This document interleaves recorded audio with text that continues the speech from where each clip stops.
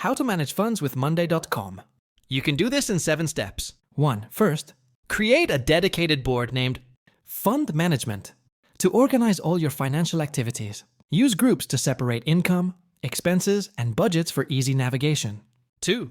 Add columns like amount, category, date, and status. This layout helps you keep a clear view of where your funds are going and when. 3. Use formulas to automatically calculate totals and differences. For example, subtract expenses from income to see the remaining balance. 4.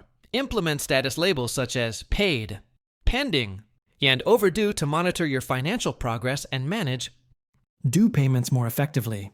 5. Set up automations that send reminders for upcoming payments or budget thresholds. This keeps you on track without manually checking each item.